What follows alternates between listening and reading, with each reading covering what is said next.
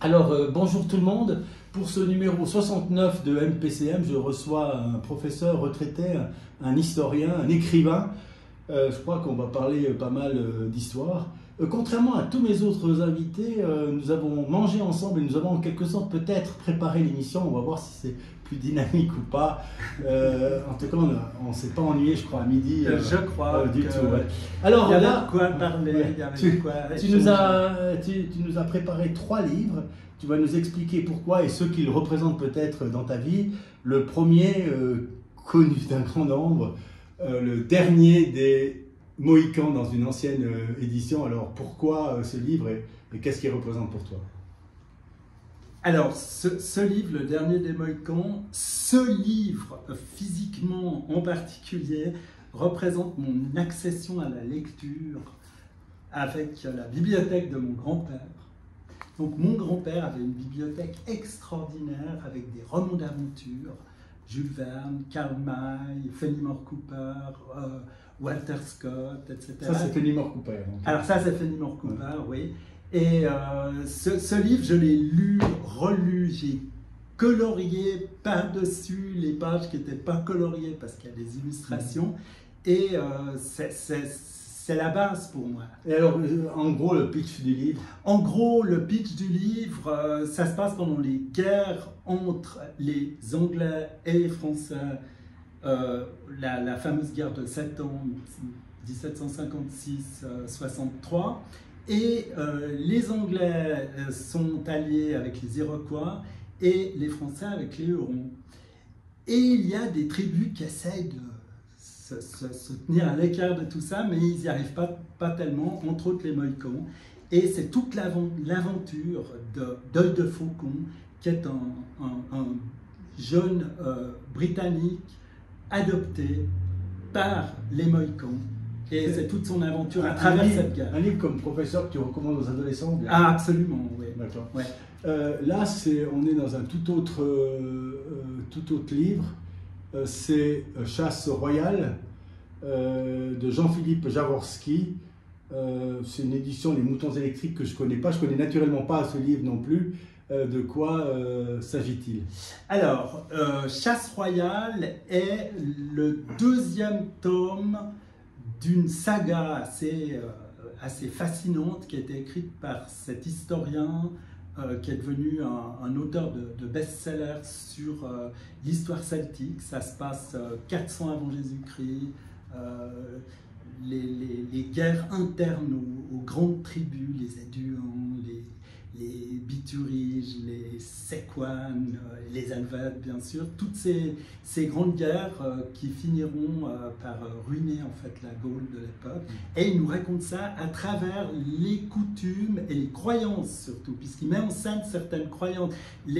Si les Celtes croient qu'ils vont gagner une bataille en faisant marcher des arbres à leur côté, un peu comme dans Macbeth, eh bien, lui il dit, ok, on y va, on explique comment il voit cette bataille avec ses arbres. Puis alors, le 3e, c'est tout à fait contemporain, c'est tout à fait différent. C'est d'une auteure que j'aime beaucoup, surtout son dernier livre, Sans raison, enfin c'est pas son dernier livre, puisque semble-t-il le dernier livre c'est celui que tu apportes aujourd'hui, de Marie-Christine Horn, Le monde des Orindices. Je pense qu'on est là dans la fantaisie, enfin, je sais pas. Exactement. Tu nous présentes... ah oui, alors ça c'est le premier tome du monde des Orindies qui est en fait une saga qui a été écrite par 5 auteurs différents autour des mêmes événements, c'est-à-dire une lutte contre les forces du mal par une fille qui est l'élue, qui vient d'un autre monde, qui débarque dans le monde des Orindies, où on a toutes sortes de créatures fantastiques, c'est du fantasy. Et puis, cette Léa, eh bien, elle a des alliés, et chaque auteur a pris un des alliés. Elle a pris l'héroïne principale, Léa. Moi, par exemple, j'ai pris Zheng, qui est un chaman. Nicolas Futz a pris la méchante. Et puis, on a encore deux autres écrivains qui ont pris d'autres personnages. En tout cas, je vous recommande personnellement une nouvelle fois Sans raison de Marie-Christine Horn. Ça, c'est dans le roman noir. Et puis également Le Cri du lièvre vraiment sans aucun souci, vous allez apprécier cette écriture magnifique. Et puis surtout les thèmes sociaux qui lui sont chers. Oui, alors là, elle s'évade un peu de ces thèmes de prédilection. Là, elle est dans un autre registre. Elle est dans un autre registre où elle est excellente aussi. Et puis, j'ai l'habitude toujours de présenter deux mots. Donc, on va dire des définitions un peu caustiques ou différentes. Là, c'est sur le dictionnaire du diable, donc de Ambrose Bierce. Et puis, j'ai choisi pour mon invité du jour audace, la définition du mot audace. Tu réagis à cette définition qui n'est naturellement pas celle du Littré ou du Grand Robert, ni même du dictionnaire historique de la Grande France. Et encore moins la mienne, je pense. Voilà, très peu. Voilà. Donc, audace, l'une des plus évidentes qualités d'un homme en sécurité. Ça te dit quelque chose? Oui, ça me dit quelque chose. C'est toujours des définitions un peu troublantes, hein, comme ça. Ouais, un homme en sécurité, il se met en danger, et c'est comme ça qu'il est audacieux. Et c'est comme ça qu'il là, tu le vois positif. Oui, je le vois positif. Moi, je le dis en disant, oui, tu es audacieux quand tu es sûr que tu es en sécurité. D'accord. Alors que moi, je pense que tu es audacieux parce que tu pars d'une base de sécurité. C'est comme ça que je l'ai vu. Voilà. Et puis alors un autre, où on entre un tout petit peu dans ton registre, parce qu'on va parler quand même histoire, etc. Et là, on a, on va dire, une définition insolente, puisque c'est le dictionnaire insolent de Narcisse Prat, c'est sur le musée. D'accord. Sur le musée, donc normalement les musées, ils te parlent comme archéologue, historien, etc. Je ne sais pas si cette définition rentre dans ton registre, mais en tous les cas, je la pose ici. Le musée, donc, c'est ce refuge des œuvres d'art qui auront échappé à la rapacité des prédateurs nantis, pour qui elles ne représentent ni beauté ni émotion, mais seulement un objet de spéculation éhonté, souvent sur des chefs-d'œuvre d'artistes morts dans la misère. Quant au musée de l'artillerie, on lui souhaite une prompte explosion. Magnifique. Et ça ne m'étonne pas de Narcisse René Prat. Et bien par ça. Écoute, je suis entièrement d'accord avec c'est vrai. Alors, il dit tout à fait vrai de son point de vue d'anarchiste. Faut pas oublier qui est le personnage. D'accord. Et puis du point de vue de l'historien. Du point de vue de l'historien, on pourrait dire que c'est la mise à disposition du public, en espérant que le public soit reconnaissant à l'État de s'occuper de sa culture. Donc tu ne vas pas prôner l'explosion du musée d'artillerie. Alors en tout cas pas, j'aime bien les musées militaires, je les fréquente beaucoup en Italie, parce qu'on apprend des choses très intéressantes. Et puis alors, en lisant entre les canons. Avant de venir ici, j'ai fait un petit saut chez moi pour récupérer ce livre. C'est un livre un peu spécial quand même. C'est du diamant au tabac, une première industrialisation suisse au Brésil. Sans le savoir, c'est Olivier May qui m'a donné l'idée d'aller chercher. Donc, c'est une auteure valaisanne, Sylvie Dorio Galofaro, une historienne enseignante pendant de longues années, et qui donc s'est interrogée en quelque sorte sur l'évolution de familles neuchâteloises, en particulier les Meurons, Pury, Pourtalès et Borel, qui ont participé à une première industrialisation au Brésil, et où naturellement ces querelles au niveau de l'utilisation des esclaves, de la finance, etc. Mais on a un regard, on va dire, mesuré, posé, et puis très documenté, absolument captivant de la part de cet auteur. Naturellement, je ne sais pas que je vais recommander ça à tout le monde, mais en tous les cas, les historiens vont être très intéressés. Tous ceux qui sont rattachés à l'histoire économique, financière, puis de développement suisse à l'étranger. C'est un travail documenté, très fouillé et magistral. Et pourquoi Olivier May m'a donné l'idée de présenter ce bouquin aujourd'hui? C'est parce que tout à l'heure, nous avons parlé d'un problème, on va dire. Je vais lui poser la question, en quelque sorte, est-ce qu'il faut déceler la statue de Pury et les autres? On va parler légèrement et rapidement du wokisme. Tu donnes ton regard d'historien sur ces mesures qui tendraient à vouloir, en quelque sorte, décapiter les musées ouverts dans la cité. Quel est ton regard? Oui, alors si vous allez visiter la petite cité de Ferney-Voltaire, qui porte bien son nom puisqu'il y a une statue de Voltaire. J'ai été tout à fait surpris de voir que les gens ignorent en général actuellement. On sait que Voltaire aurait, ou a, c'est plus ou moins démontré, investi dans des entreprises coloniales dont la traite des esclaves, puisque c'était du négoce en général et que les esclaves étaient une marchandise. Mais sur le socle de ces statuts, c'est bien stipulé, les serfs du Jura, les serfs, S-E-R-F-S, donc les esclaves à la mode médiévale ou de l'Ancien Régime, reconnaissant à monsieur de Voltaire de les avoir libérés.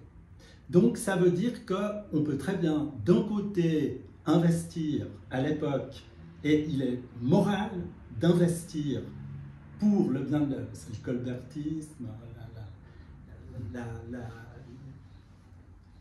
le colonialisme, mais qui n'est pas vu comme du colonialisme, mais comme autre chose, comme du développement, etc. Puis en même temps, en France, on libère les serfs du Jura parce que c'est complètement archaïque.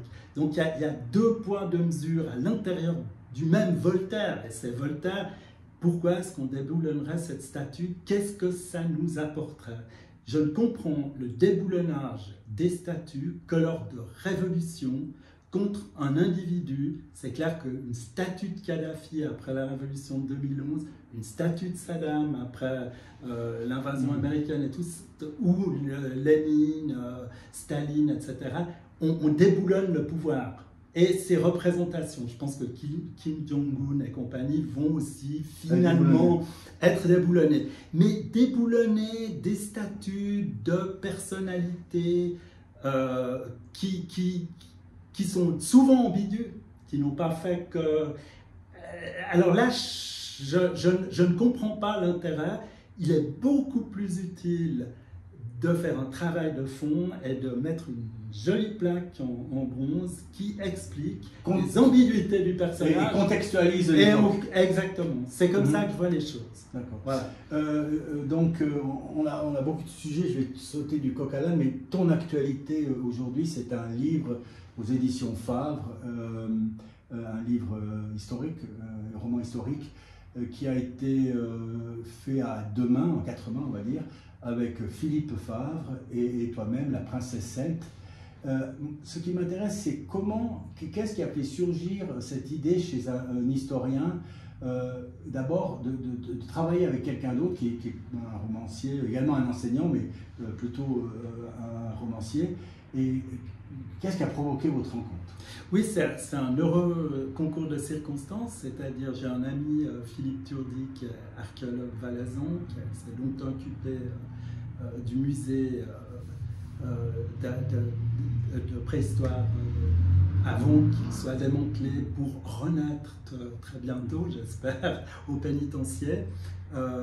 Et donc, il connaissait Philippe Favre, et Philippe Favre lui a dit: est-ce que tu connais quelqu'un qui aurait été archéologue? Donc tu as été contacté, toi? J'ai été contacté. D'accord. Ouais. Et est-ce que le sujet avait déjà été choisi ou ça Non, nous avons choisi le sujet à 4. D'accord. J'étais avec Philippe et l'autre Philippe Turdi et une jeune archéologue aussi. Et nous avons débattu de ce qu'on avait envie de faire. Il y a eu plusieurs soirées de brainstorming. Oui, voilà, je me souviens dans la salle de classe, entre autres, de Philippe, à Sierre, et c'était assez intéressant. Finalement, on a voté et on est arrivé à l'idée... Il y avait plusieurs idées ou bien... Il y avait plusieurs idées. Il y avait une idée sur l'époque néolithique à Sion, la fin du néolithique, avec les fameux menhirs, les fameuses dalles, les stèles et les dolmens. Il y avait une autre idée aussi également préhistorique, et il y avait une idée sur la bataille d'Octodur. Je ne l'ai pas choisi parce que j'étais déjà en plein dans les recherches historiques et dans le synopsis d'un futur roman. Et alors, les Celtes? Alors c'était une évidence. Tout d'un coup, cette princesse de Vix, qui a été enterrée avec le plus grand vase en bronze de l'Antiquité, et c'était une princesse celte, et ce vase venait d'Italie du Sud, des Grecs, et il avait transité, vu les objets qui l'accompagnaient, par l'Étrurie, les Étrusques. Eh ben, il est passé soit par le Grand Saint-Bernard, soit par le Simplon, c'est pratiquement une évidence. Il y a certains archéologues qui pensent qu'il est passé par Marseille, etc., mais c'est débattu. Voilà. Nous, on a choisi qu'il passait par le Simplon. Et donc, il y a un site derrière le Simplon qui s'appelle Gamsen, qui a été fouillé, entre autres, par Philippe Turdy, qui nous montre qu'on a une communauté qui est entièrement dédiée au commerce international, on va appeler ça comme ça. Et donc, pour nous, c'était évident de partir du Valais et d'aller jusqu'à Vix, à cette princesse, et de raconter cette histoire. Et comment se construit à deux le scénario? Est-ce que vous avez une ligne générale au départ, vous partagez, ou bien c'est une écriture complète de chaque chapitre à quatre mains? Alors non, justement, ça a été très très compliqué, parce qu'on est parti sur plusieurs pistes qui fonctionnaient plus ou moins bien, jusqu'à qu'on trouve que, dans le fond, toute la partie du voyage qui part de la région de Brigue, qui traverse le Valais, le lac Léman, le Jura, pour finir dans la plaine de Bourgogne, allait être racontée du point de vue d'une des princesses, celle du Haut-Valais, par Philippe, et pendant ce temps, moi, je développais toute une intrigue de palais, dans le palais de cette princesse de Vix, et ensuite on faisait la jonction, et là on s'est réparti les chapitres. Dans le fond, ça a assez bien fonctionné. C'est un scénario évolutif plutôt que déterminé à l'avance. Absolument. Évolutif en fonction de ce que chacun amenait, avec des fois des débats assez vigoureux. Mais non, ça devrait être comme ça. Mais oui. Alors, si tu devais résumer brièvement pour le lecteur qui ne connaît pas la princesse de Clèves, lui mettre l'attrait, la princesse de Vix, la princesse bien sûr. de Vix. Et Ravet, mais oui, bien sûr. Voilà. La princesse celte. Voilà. Alors, le pitch, c'est que la princesse la princesse celte, la princesse de Vix, il y en a deux en fait, de princesses celtes. Et en fait, le titre, c'est plutôt de celle du Haut-Valais, qui va accompagner, pour des raisons que je ne vais pas dévoiler ici, elle va accompagner ce vase, qui est le cadeau d'un roi étrusque à cette princesse celte, l'autre de Vix.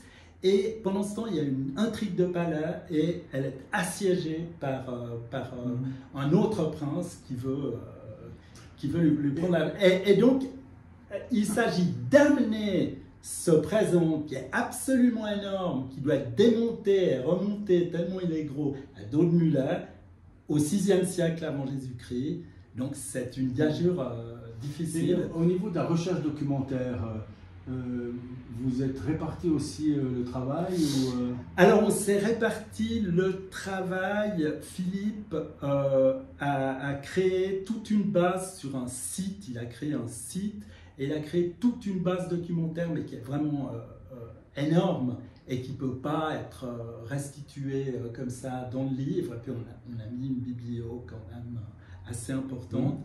Mais oui, on a amené tous les deux un certain nombre de choses, y compris sur l'écriture étrusque de ces Celtes de l'époque, et y compris sur la langue gauloise, qui est bien connue, beaucoup mieux connue que ce qu'on pourrait penser, avec les noms de lieux, les noms des personnes, etc. Et puis la couverture du livre que vous trouverez en fin de classement du site, là, qui sera mise, elle a été imaginée par qui, la couleur des cheveux, etc.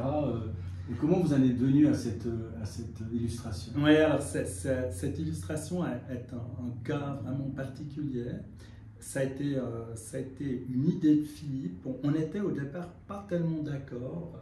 Puis pour finir, je trouve que ça marche pas. C'était plutôt son truc. Et comme il avait imaginé un ancêtre qui était roux, l'ancêtre du clan était roux, eh ben, cette petite fille était, sa petite fille ou arrière-petite-fille était en quelque sorte la réincarnation de cette entraide. Certes, elle ne pouvait être que rousse. J'ai envie de dire comme lecteur lambda que cette rousseur de la couverture, elle attire le regard. Oui. Et puis cette énigme que l'on devine derrière cette posture, elle encline à provoquer l'achat. Ah oui, oui, ça c'est clair, c'est clair. Non, ça a été vraiment, finalement c'était un bon choix, mais au départ, on se demandait s'il ne fallait pas plutôt montrer le vase, puisqu'on parle beaucoup de ce vase. Donc on a créé un appendice avec beaucoup de photos, de documents, d'explications, pour que le lecteur qui veut aller plus loin et devenir un petit spécialiste du premier âge du fer, peut parfaitement...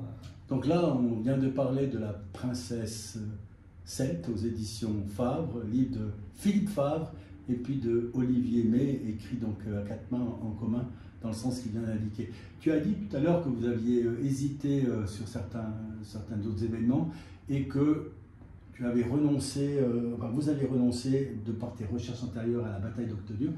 Alors, explique-nous qu'est-ce que c'est cette bataille d'Octodur, dans quelles circonstances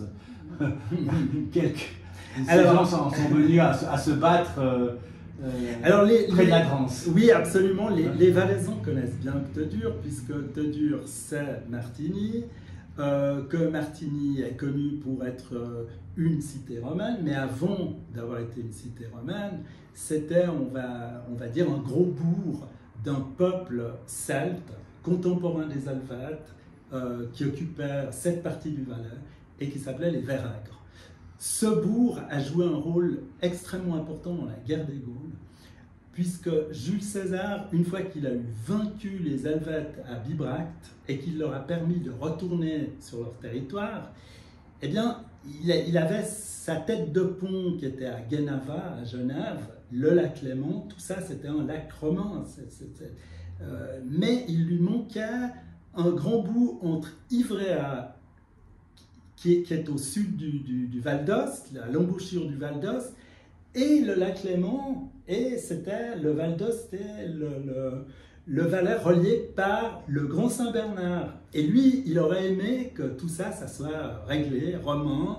On crée ce qu'on appelle une mantio, c'est-à-dire un hospice pour les voyageurs, et puis les marchandises transitent et tout, mais il faut les conquérir ces gens, et puis ils sont dans les montagnes et c'est pas simple. Donc il envoie une légion pour hiverner. C'était des indomptables. C'était des indomptables, c'était vraiment le village d'Astérix là. Hein.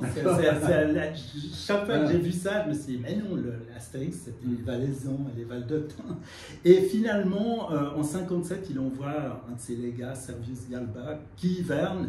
Et il se fait piéger, je ne vais pas tout raconter, il se fait piéger par les Valaisans qui lui tombent sur leur arbre et le peu d'entre eux qui s'en sont sortis ont dû reprendre et finalement, ce territoire, bien plus tard, est quand même devenu romain, oui, mais sans guerre. Alors. Sans guerre, 40 ans plus tard, tout d'un coup, on a une inscription qui nous dit que les 4 cités, comme il les appelait, Kiwitas, Valensis du Valais, sont invités quelque part. C'est une formule qui dit qu'ils font partie de l'Empire romain, mais ils ont dû conserver une certaine autonomie. Alors il y a eu toutes sortes pendant ces 40 ans, on ne sait pas grand-chose. Maintenant les archéologues ont découvert des traces qu'il y avait des campements romains vers 30 avant Jésus-Christ, donc ils étaient revenus, mais je pense qu'ils n'ont peut-être pas attaqué, on ne sait pas exactement comment.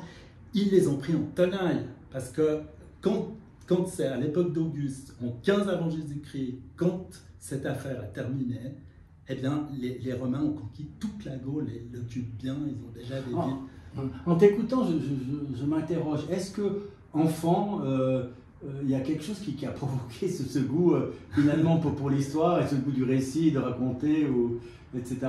Finalement, qu'est-ce qui fait que tu as choisi cette voie?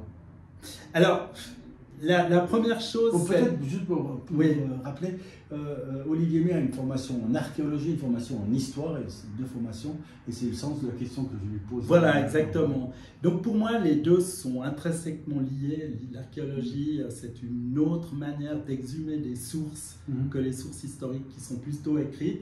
Et puis il y a des sources historiques qui sont archéologiques, et parfois, dans ce qu'on appelle la proto-histoire, il y a déjà des textes.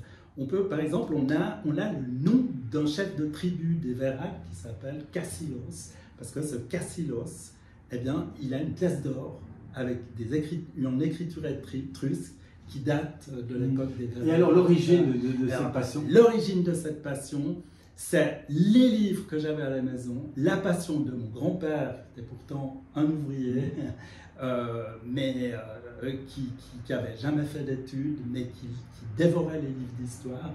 Et puis, tous ces livres d'histoire que j'ai à la maison, et un livre qu'on m'a offert pour mes 8 ans, qui était un livre « Comment on devient archéologue, qu'est-ce que les fouilles ?» et tout ça. Et j'en ai pas démordu. Et entre ça et les livres de Walter Scott et tous les Alexandre Dumas que j'ai lu très vite aussi, Flaubert, Salammbô, j'ai dû le lire à 14-15 ans. C'est très inscrit quand même dans des lectures de pré-adolescence et d'adolescence. Oui. Oui, tout à fait. Et là, donc, tu as été longtemps prof d'histoire. Et je me dis, prof d'histoire, histoire, c'est le mot déjà, raconter des histoires, savoir raconter en restant dans la substance historique, etc. Comment était reçu, si tu n'es plus maintenant dans ce métier, mais dans la moyenne, comment tu dirais a été reçu ton enseignement par ces jeunes? Alors, je rencontre fréquemment mes élèves. J'en ai beaucoup, bien sûr, pendant toutes ces années.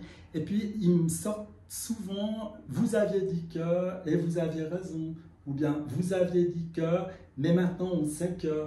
Donc, ça veut dire qu'ils partent des bases que je leur ai données pour s'intéresser, ceux qui s'intéressent. Mais en général, l'histoire, ça intéresse quand même beaucoup d'élèves.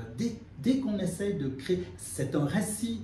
Donc si on arrive, je dirais pas à romancer, mais à créer un récit assez... Est-ce que la dynamique du cours d'histoire pour toi, elle passait par ce récit oral assez actif, dynamique, qui fait que la réception en sera meilleure par l'élève? Oui, et par la lecture de sources.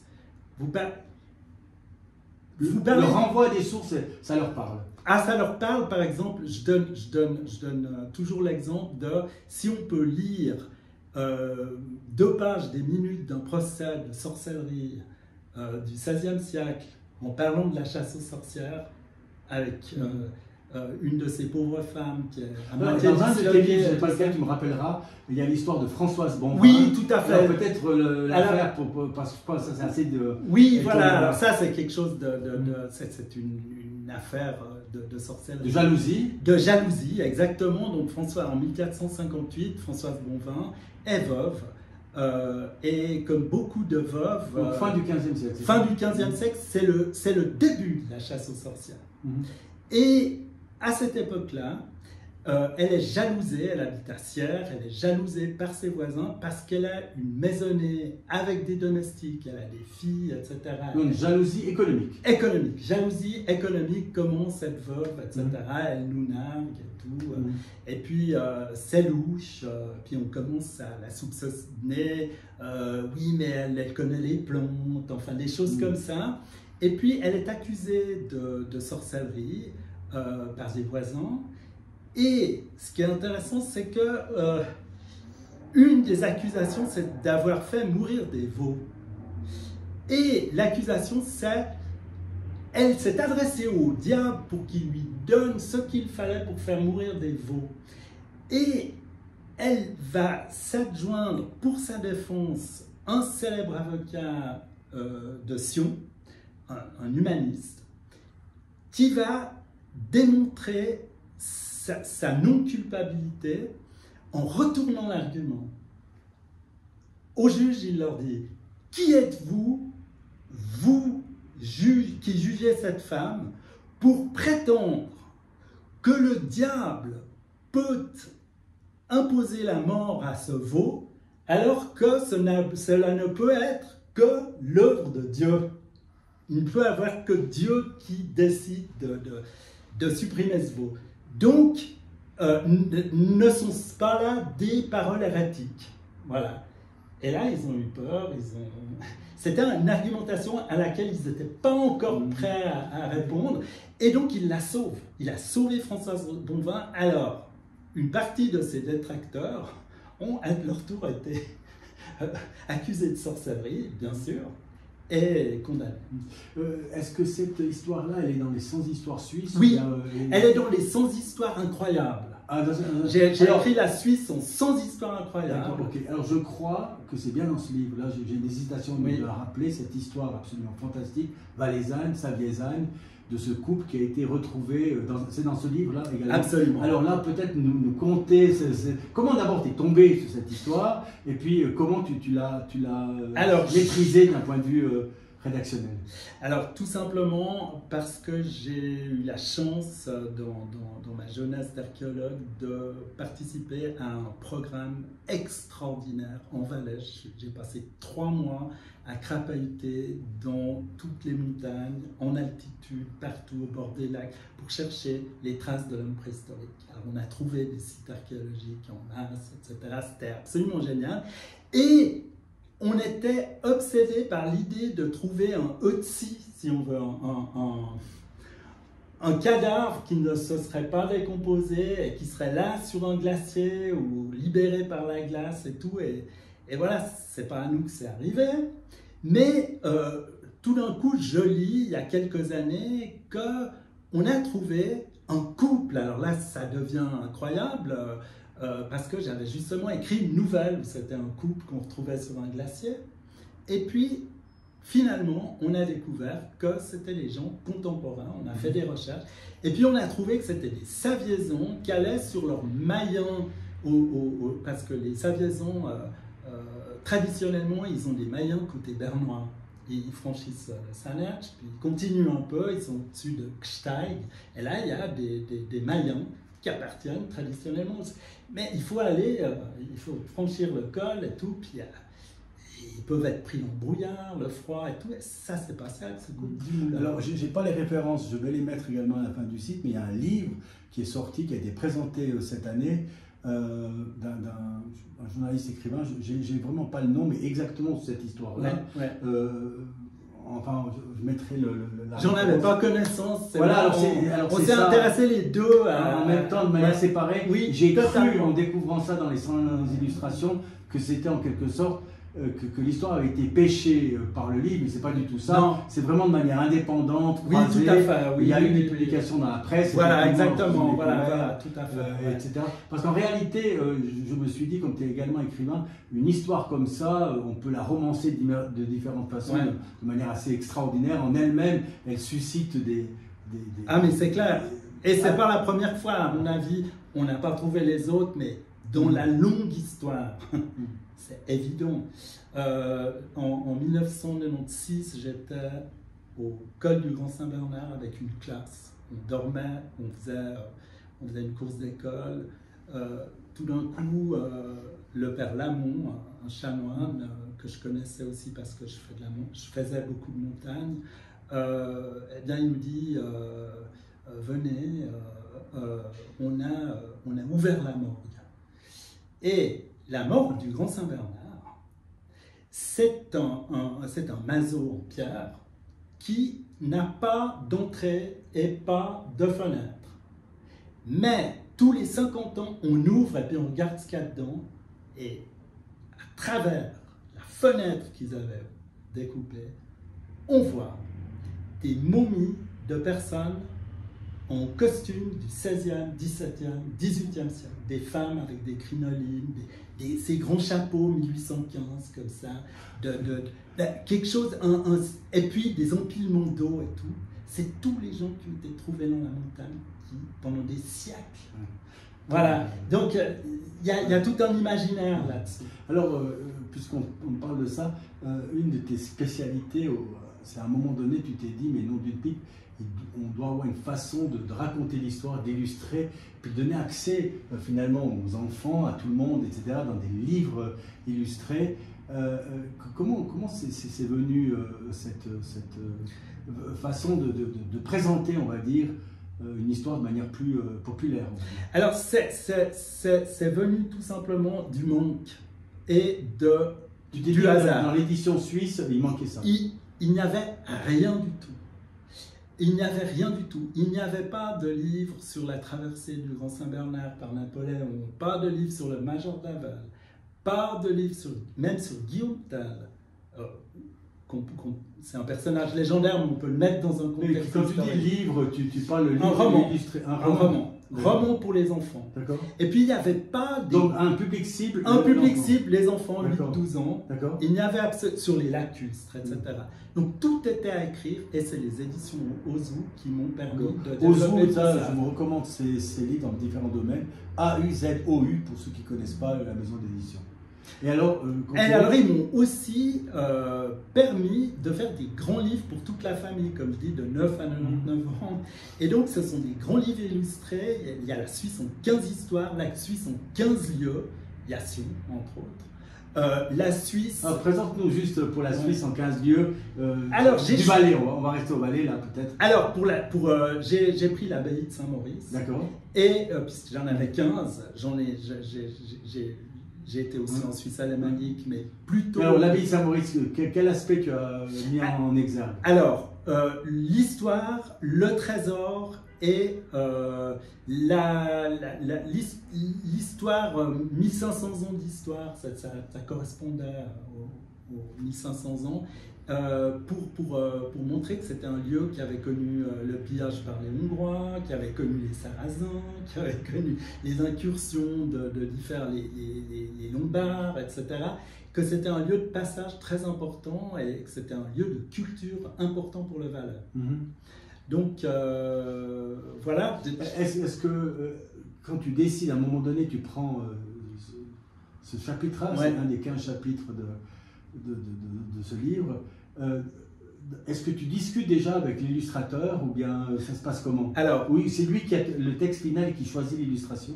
Alors, il choisit la scène qu'il veut représenter, mais je suis obligé de faire ça parce que par souci de vérité historique, et je ne peux pas demander à un illustrateur de connaître la différence entre la mode masculine de 1495 et de 1510. Tu lui fournis une image alors, ou bien? Je lui fournis en principe par chapitre jusqu'à 20 images. D'accord. Je lui fournis toute une base de documentation. Et choisit lui ensuite. Il choisit ce qui peut. Alors, il y a l'éditrice qui vient qui dit on pourrait faire par exemple une scène où on voit tel personnage. Après la rédaction. Après la rédaction. Donc il a le texte, il a des indications où on s'est mis d'accord entre lui ou elle, c'est plutôt des femmes, mon éditrice et moi, une triangulation. Et puis là, il y va avec son génie propre et il nous montre. Et alors, tu choisis le texte, je reviens en aval, tu choisis plutôt en amont, tu choisis le texte. Oui. Est-ce que là, tu connais plus ou moins Saint-Maurice, mais tu te dis, voilà, je vais consacrer un moment à me documenter encore plus précisément avant de commencer la rédaction, ou tu as choisi avant de par ton métier de professeur, etc., tu connaissais suffisamment et tu te dis non, je vais simplifier, c'est pour des enfants, j'ai assez de bagages en moi pour créer un texte qui va être... Non, parce que les sources que j'ai peuvent être devenues obsolètes. On en discutait tout à l'heure. C'est ça le problème de l'histoire immédiate. Et on peut très bien se lancer avec des sources qui étaient très fiables dans les années 80, mais qui sont moins maintenant parce qu'on a découvert des nouveaux documents. Alors pour Saint-Maurice, par exemple, tu as découvert des choses que tu ne connaissais pas ou bien... Alors, je n'ai rien découvert. Pour Saint-Maurice en particulier, je n'ai rien découvert qu'on ne connaissait pas. Par contre, autour du martyr de la Légion thébaine, il y a plusieurs sources, donc il faut... Et des fois, elles sont un peu contradictoires. On ne sait pas exactement qui était l'enfance Saint-Maurice. On le représente souvent comme... Certains pensent qu'il est égyptien, mais est-ce qu'il est nubien ou égyptien? Ça change au niveau, entre autres, de son taux de mélanine, c'est-à-dire est-ce qu'il est plus ou moins foncé de peau, des choses comme ça. Donc après, il faut trancher. quand vous avez des fois des sources contradictoires, des fois je m'appuie aussi sur des collègues en disant bah, on va trancher pour ça. Puis une question bateau à ce moment-là dans ton entretien. Finalement, pourquoi il faut étudier l'histoire? Il faut étudier l'histoire pour savoir qui on est. Sinon, si vous ne savez pas qui vous êtes, si vous n'avez pas tout ce qui vous a construit, je fais aussi beaucoup de généalogie, j'ai un arbre généalogique qui remonte jusqu'au Moyen-Âge, de certains côtés et tout, et je me dis c'est quand même extraordinaire, toutes ces vies pour aboutir à moi, c'est la même chose, toutes ces vies pour aboutir à notre société. Tu es un passionné dans le Valais, tu as travaillé en archéologie dans le Valais, etc. Moi j'ai envie de te poser cette question dans la suite. Alors finalement, c'est qui le Valaisan? Qui nous sommes? Dans ce sens-là, puisque tu nous dis l'histoire apprend à définir qui nous sommes. Alors tu dirais c'est qui? Nous, Valaisans, comment tu le vois toi, le Valaisan, à travers ce que tu as pu lire de l'histoire du Valais qui nous inscrit où on est aujourd'hui? Le Valaisan est essentiellement pour moi un montagnard. Le Valais tel qu'on le connaît aujourd'hui, le paysage, il suffit de regarder les photos de, on dirait 1850, 60, les premières photos, pour voir cet immense marécage avec ses bourgs sur les cônes d'alluvion, sur des collines et tout, et puis ces montagnes avec des terrasses, c'est une civilisation montagne. Moi j'appelle ça une civilisation montagnarde qui d'ailleurs elle transcende les langues, c'est la même dans le haut et dans le bas, avec une stratification sociale qui est restée extrêmement stable pendant très longtemps, et puis ça crée un caractère particulier, une ouverture. L'idée, quand j'entendais des fois dire que le Valais était enclavé, etc. Le Valais a toujours été extrêmement ouvert, parce qu'il y a un passage. Par exemple, vers 1350, il y a la peste dans le Val de Sola, les gens sont complètement démunis, et ils viennent mendier en Valais, par grappe comme ça, et ils arrivent en Valais. Donc il y a toujours eu du passage. Lorsqu'on a essayé de faire entrer une nouvelle constitution au Valais récemment qui a échoué, il y avait en quelque sorte, notamment avec la création des régions, il y avait cette idée d'opposition qui revient souvent dans les discussions politiques entre la plaine et la montagne, etc. On sent que celui qui n'a habité que à Sion, il n'a peut-être pas le même caractère valaisan que celui qui a habité tout le temps à Evolène. Comment tu vois par rapport à ce que tu viens de dire se fait en disant il est le montagnard? Est-ce qu'on n'est pas dans un développement différent maintenant? Complètement différent, non? Mais ça imprègne encore complètement différent, mais pas depuis tant de générations. Oui, tout à fait. C'est ça. Ce que je dis toujours, je connaissais un monsieur qui avait connu encore la région de Ride, qui était très marécageuse, et il disait à l'époque, les Bedjouis, les gens misérables, et ils étaient riches, ils étaient beaucoup plus nombreux par rapport à nous, ils avaient leurs terrasses, ils avaient leurs vignes dans la région d'Ardon, etc. Et nous, on était là, au bord de cette plaine, avec la malaria et tout. Et puis maintenant, ils sentaient que cette bonification avait complètement changé la donne. Alors, c'est récent, cette histoire-là. Mais il faut voir la répartition démographique, la population. Et puis pour cette dernière partie, je vais me lancer dans un territoire assez casse-cou, on a abordé ça à midi. À midi. Regard d'historien, on est aussi inscrit sur une planète, etc. J'ai entendu récemment une historienne qui disait à propos du drame du Moyen-Orient qu'il fallait qu'on se rende compte qu'il y avait un grand nombre de Palestiniens sur ce territoire en Palestine, et que quoi qu'il arrive, ces gens ils resteront palestiniens en Palestine. Et dans le même temps, elle disait, il y a un immense, beaucoup de juifs, pas 10 millions de juifs, et quoi qu'on fasse, ils vont rester dans ce territoire. Et elle disait que nous, occidentaux, le monde occidental, les États-Unis, etc., pour en quelque sorte nous déculpabiliser. On avait en quelque sorte offert un territoire qu'on avait pris à des gens sans trop leur demander leur avis, en le leur imposant en quelque sorte, et que nous sommes ici, sans parler des temps anciens, des Ottomans, etc., on était dans ce champ de responsabilité qui était un peu le nôtre et qu'une solution devait être trouvée, etc.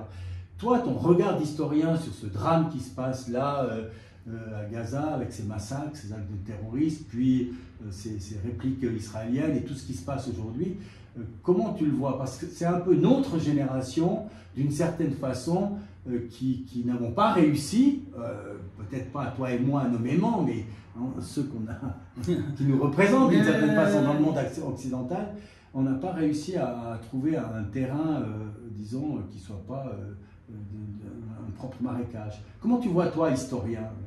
Oui, alors c'est très intéressant cette affaire-là, parce que si on je ne dis pas qu'on prend de la hauteur et puis on ne juge plus rien, on n'a plus d'opinion, etc. Si on prend de la distance comme ça, puis on regarde, et puis on dit, voilà, il y a un territoire qu'on appelle la Palestine, il faut déjà savoir étymologiquement ce que ça veut dire. C'est le pays des Philistins, la Palestine.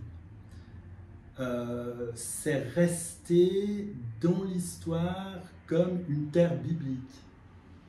Alors, ce qui est assez extraordinaire, c'est qu'on sait maintenant, il y a Judée, Samarie, etc., toutes ces régions de l'Ancien Testament, et on a gardé un certain nombre de noms. Les Philistins désignent certains types de personnes, etc.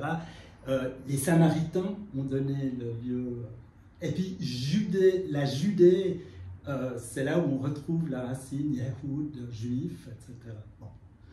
On a tout ça, et puis tout d'un coup, il y a des vicissitudes, puisque là au milieu, il y a Jérusalem. Et puis ce Jérusalem, pendant très longtemps, romain, byzantin, etc.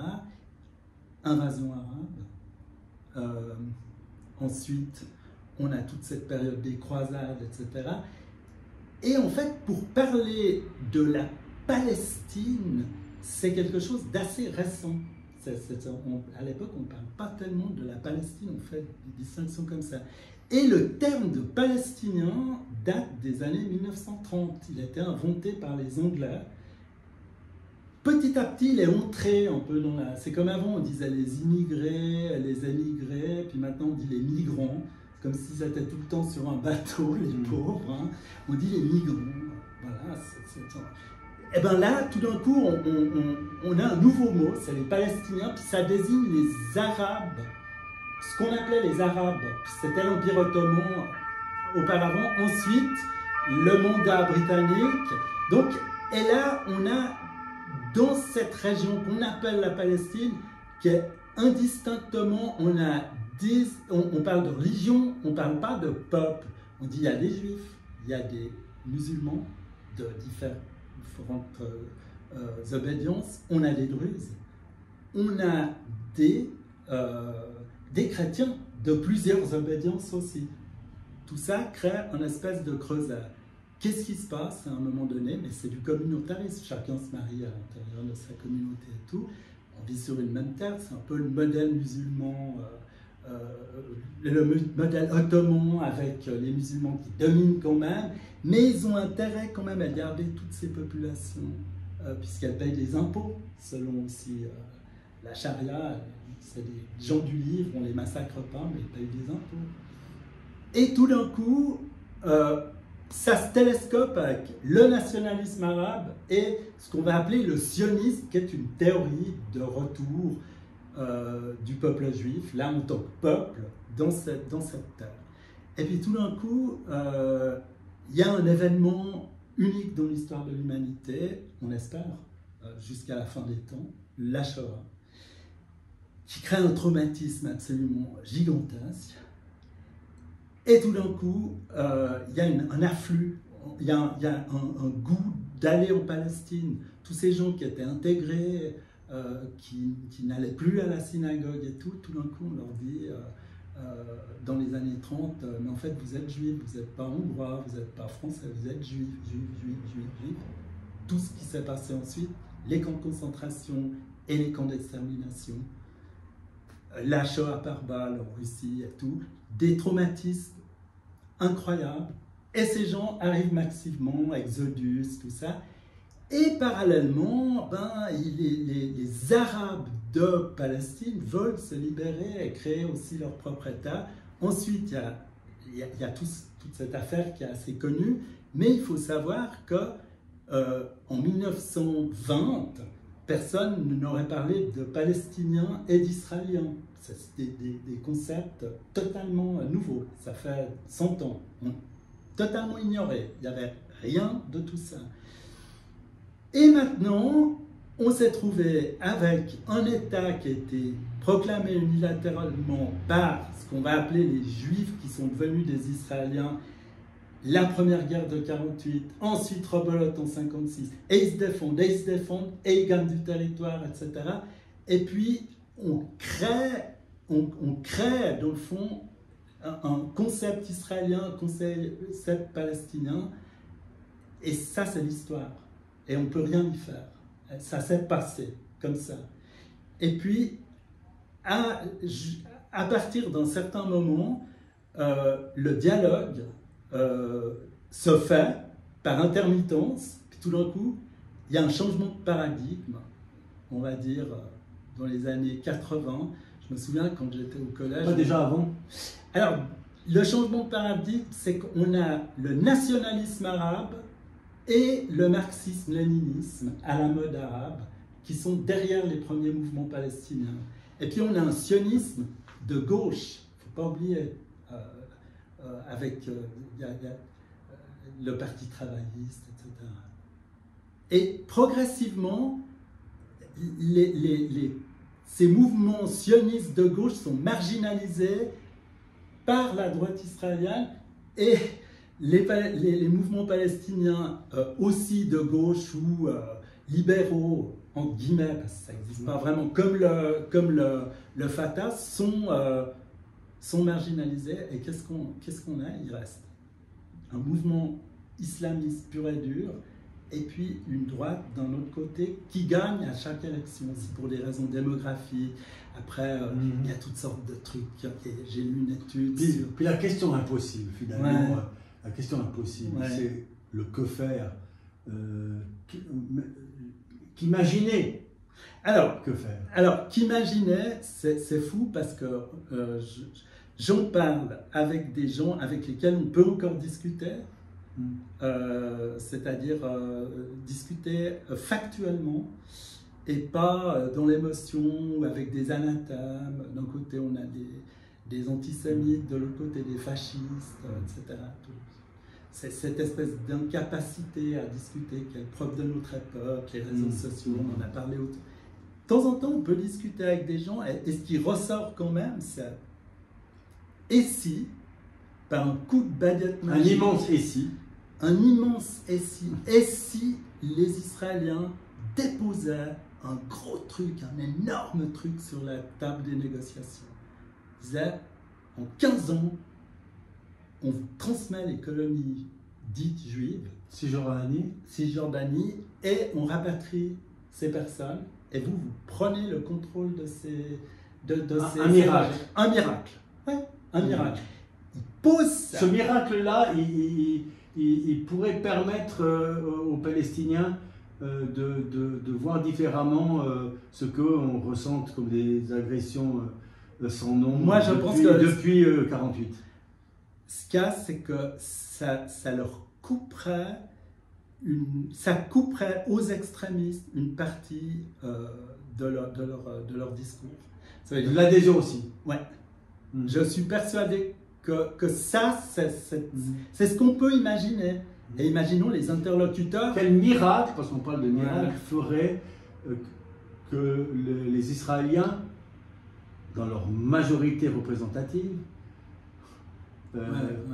ferait ce don de paix, ou ce don de je ne sais pas quoi, à la Palestine. c'est la démographie qui pourrait jouer aussi. Tout simplement,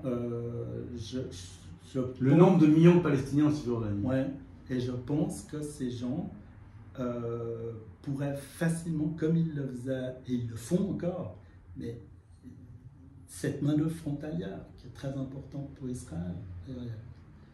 J'ai lu plein d'articles ces derniers temps sur ces sujets-là. C'est beaucoup plus intéressant de lire sur ces sujets-là, de se renseigner sur ces sujets-là, que sur le pédigré du nouveau, là, qui a l'air complètement barge, Sinouar, je crois qu'il s'appelle, ou le pédigré de tel ministre israélien, où on a l'impression que c'est un concours d'extrémisme, etc. C'est beaucoup plus intéressant de voir l'économie, comment elle pourrait... Et je pense qu'il y a la fatigue, il y a toutes ces choses-là, il faudrait essayer ce deal. Est-ce que c'est possible? J'en sais rien. Parce que quand on entend, oui, mais il faut une profondeur stratégique, et Israël, là je voyais une carte, on voit Israël, on voit l'Iran, c'est énorme l'Iran. L'Irak, c'est aussi énorme, mais c'est beaucoup plus petit que l'Iran. On voit la Jordanie, tout ça. Ben, un toute petite bande de territoire. Israël a l'air aussi petit dans cette perspective-là que Gaza par rapport à Israël. Et on se dit, ça ne peut pas durer ad aeternam. C'est pas possible. Qu'est-ce qui fait que maintenant, arrivé à la fin de ta carrière professionnelle, tu as encore ce regard, on va dire, affûté sur l'actualité d'aujourd'hui, parce qu'on pourrait parler d'un tas de sujets d'actualité, où tu te tiens au courant, etc. C'est toujours cette passion que tu avais tout jeune adolescent? Alors, je pense que ça ne m'a jamais quitté. Je suis toujours intéressé par le fond, par les sources, c'est pour ça que dans cette période-là, il faut garder la tête froide, il ne faut pas entrer dans les polémiques. Vous ne me trouverez jamais sur un réseau social en train de polémiquer, de s'insulter, tout ça. Ça n'existe pas. Si on Alors que tu ailles sur les réseaux sociaux, hein. Oui. Mais pas comme discutant. Non, je suis sur les réseaux sociaux comme j'informe au sujet de mes livres. Il y a un aspect, peut-être on va terminer par ça parce que c'est positif, il y a un aspect très intéressant que nous avons abordé, c'est l'incapacité à débattre. Toi tu dis que le réseau social, c'est pas un lieu de débat, parce que le lieu de débat c'est une rencontre physique où peut-être les réactions des gens sont telles et telles. Et je me disais en t'écoutant, en échangeant à midi, que par exemple c'est une critique que je pourrais faire très souvent au système judiciaire, où il y a le débat, l'avocat c'est un homme de débat, présenté, etc. Et très très souvent, j'ai envie de dire que les intervenants, je nous mets tous dans le même bateau, hein. Je ne veux pas faire de distinction magistrat, avocat, greffier, je nous mets tous dans le même bateau. On a cette incapacité à accepter dans le débat la présence physique de l'autre en face de nous, tellement c'est plus facile de lire un document et de ne pas recevoir, on va dire, l'argument charnel. Oui, tout à fait. Charnel, et les émotions. Et les émotions, etc. Alors je me disais, pourquoi un jour Olivier May, avec sa fine sensibilité, ne se lancerait pas dans un petit registre d'histoire immédiate, finalement, au lieu de la préhistoire celte pour revenir. Alors c'est hyper intéressant de toucher ce sujet de l'histoire immédiate. Pour moi, c'est une sorte de tabou. L'histoire immédiate, c'est bien, c'est intéressant, j'aime bien lire des romans qui font allusion, des essais, c'est le domaine de l'essai un peu, parce qu'on n'a pas encore des sources suffisantes et tout. Je parlais par exemple, tu as parlé de Fernand Voltaire, mais Voltaire, on peut dire que dans ses histoires judiciaires, notamment des histoires judiciaires, ça c'est l'histoire immédiate. Il essaye de défendre des fois dans l'après-coup parce que les gens ils sont morts, etc. Mais enfin, ils se sont traités sous la tolérance, etc. Il fait de l'histoire immédiate quand même. Et cette histoire immédiate, elle est restée comme histoire au sens large pour nous, étudiants, qui l'avons ensuite étudié à travers ces textes. Oui, alors ce qui est intéressant, c'est que les exigences de la discipline ont augmenté exponentiellement. Actuellement, mais même à mon niveau, si j'écris une histoire, par exemple dans 15 histoires de Suisse, etc., ou dans 100 histoires incroyables, eh bien, je croise les sources. J'essaie de les trouver déjà dans plusieurs langues. J'ai déjà eu des contradictions qui venaient de la traduction, etc., pour essayer de trouver le plus probable.